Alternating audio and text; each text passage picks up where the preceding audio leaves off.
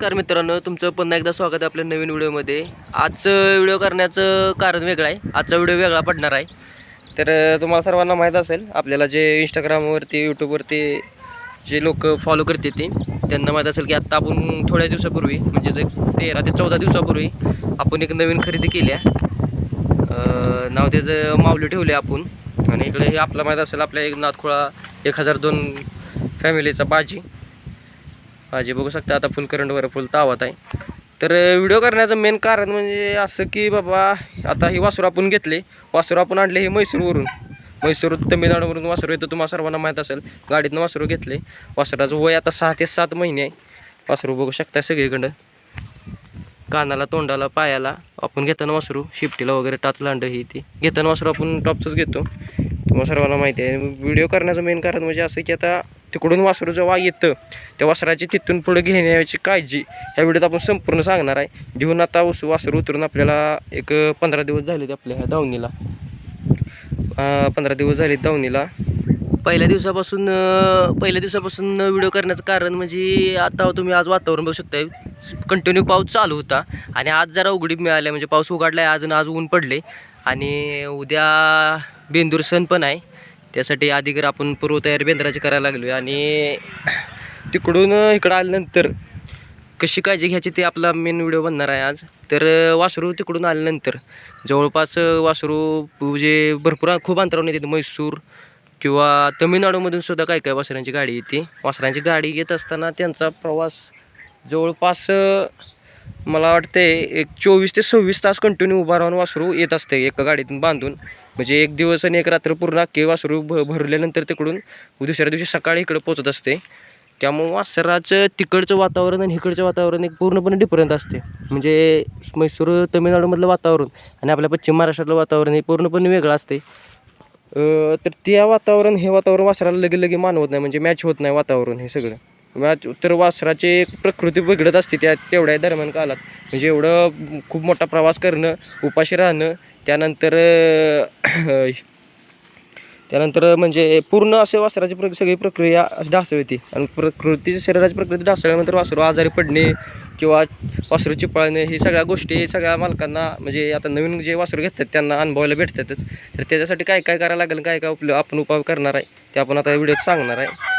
तर वासरू जेव्हा आपण आणल्यानंतर हे वासरू 2 ते 4 दिवस नंतर आपण त्याला न काय ताप देता ते जसं वैरण खाईल, जसं पाणी पिईल, ह्या गोष्टी सगळ्या करत राहिलंच पाहिजे।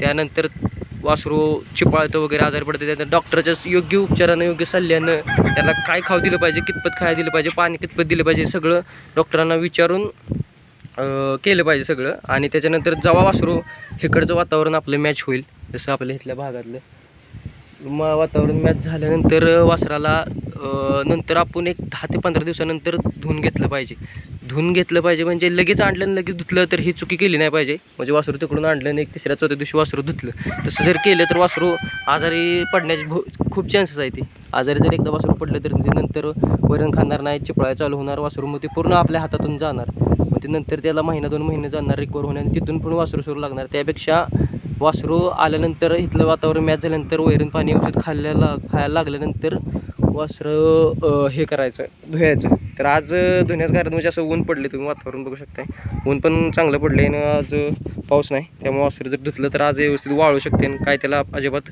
आजारी पडू शकत नाही वासरू धुयाचं म्हणजे कसं धुवायचं आता तुम्हाला आपण व्हिडिओ दावणारच आहे समोर, पुढं व्हिडिओ कंटिन्यू बघा। वासराला आपण वेगवेगळ्या म्हणजे आयुर्वेदिक पद्धतीनं आज धुणार आहे। म्हणजे लिंबाचा पाला म्हणा, करंजीचा पाला पूर्ण गरम पाण्यात उकळून कडकडीत शिजवून त्यानंतर आपण वासरू पूर्णपणे धुवून शेकून घेणार आहे। व्हिडिओत शेवटपर्यंत राहावा, तुम्हाला समजेलच। प्रकारचे करंजीचं झाड असते, करंजीचा पाला प्लस लिंबाचा पाला, कडुलिंबाचा पाला, कुठलं आपण धावणार आहे पाला, कुठला अजून ॲड करायचा, पाण्याचा रस आपल्या याचा रस पूर्णपणे गरम पाण्यात मिक्स झाला पाहिजे। मित्रांनो, कडुलिंबाचं झाड तर तुम्हाला सगळ्यांनी माहीतच आहे।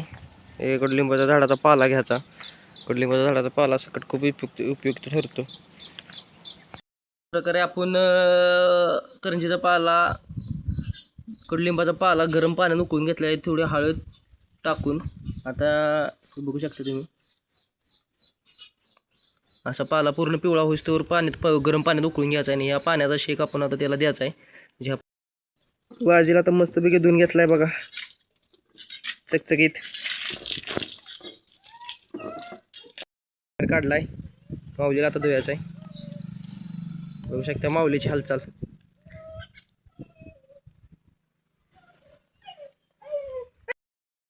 असा ह्या करंजीचा लिंबाचा पाला असा सुरुवातीला शेकून घ्यायचं वासराला पूर्णपणे, पाठ काना आणि खाली पाय वगैरे पाल्याने शेकून घ्यायचं, म्हणजे वासराचा पूर्ण आळस, तणाव, ताण सगळा निघून जातो शरीरातून. त्यानंतर आपण कोमट पाण्याने त्याला धुवून घेणार आहे.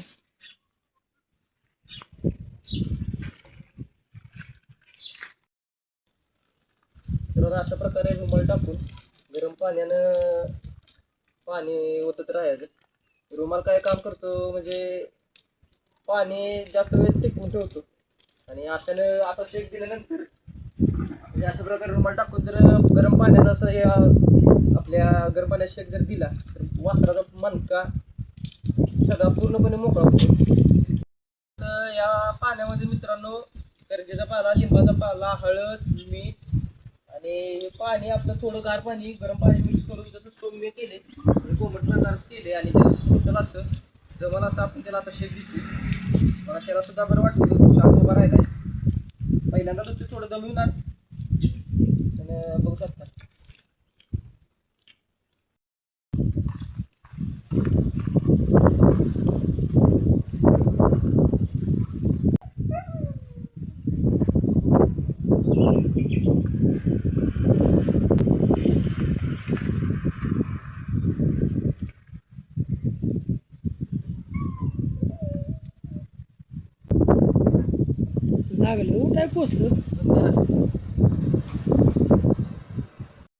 मित्रांनो आत्ता तुम्ही बघू शकता वासरू कानाची हालचाल बिलचाल पूर्णपणे वासरू फ्रेश धुतल्यानंतर आता वासराला आपण जरा गुलाल बिलाल केलाय, वासरू बांधले.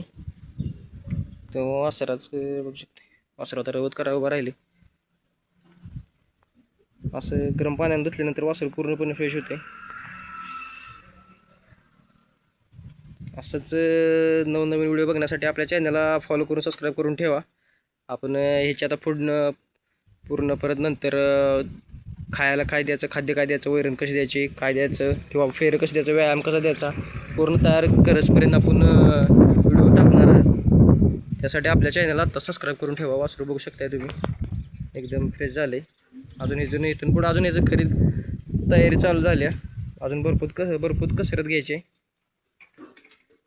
व्हिडिओ शेवटपर्यंत बघितल्यानंतर तुमचं धन्यवाद. आपल्या असे नवनवीन व्हिडिओ बघण्यासाठी आपल्या चॅनलला फॉलो सबस्क्राईब करून ठेवा. 1002 या आपली यूट्यूब चॅनलची आय डी आहे, नातखोळा 1002. तर आपल्या यूट्यूब आय डीला सबस्क्राईब करून ठेवा. बेल आयकॉनवरती क्लिक करून ठेवा, नंतर म्हणजे नवीन व्हिडिओ आल्यानंतर आपल्याला तुम्ही सर्वात आधी बघू शकतायसा. ओके, धन्यवाद. भाजीला तर मस्तपैकी धुवून घेतलाय बघा, चकचकीत. आता आपण भाजीला धुवायला लागलो बघा. मस्तपैकी भाजीला साबणानं धुवून वगैरे फेस बिस करून अगदी चकचकीत धुतलेला आहे, बघू शकता.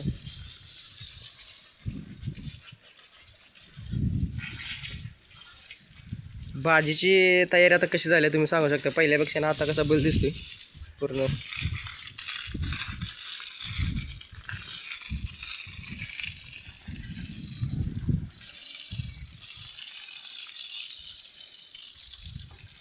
भाजीला आता धुतल्यानंतर आता आपण माऊलीला घेणार आहे.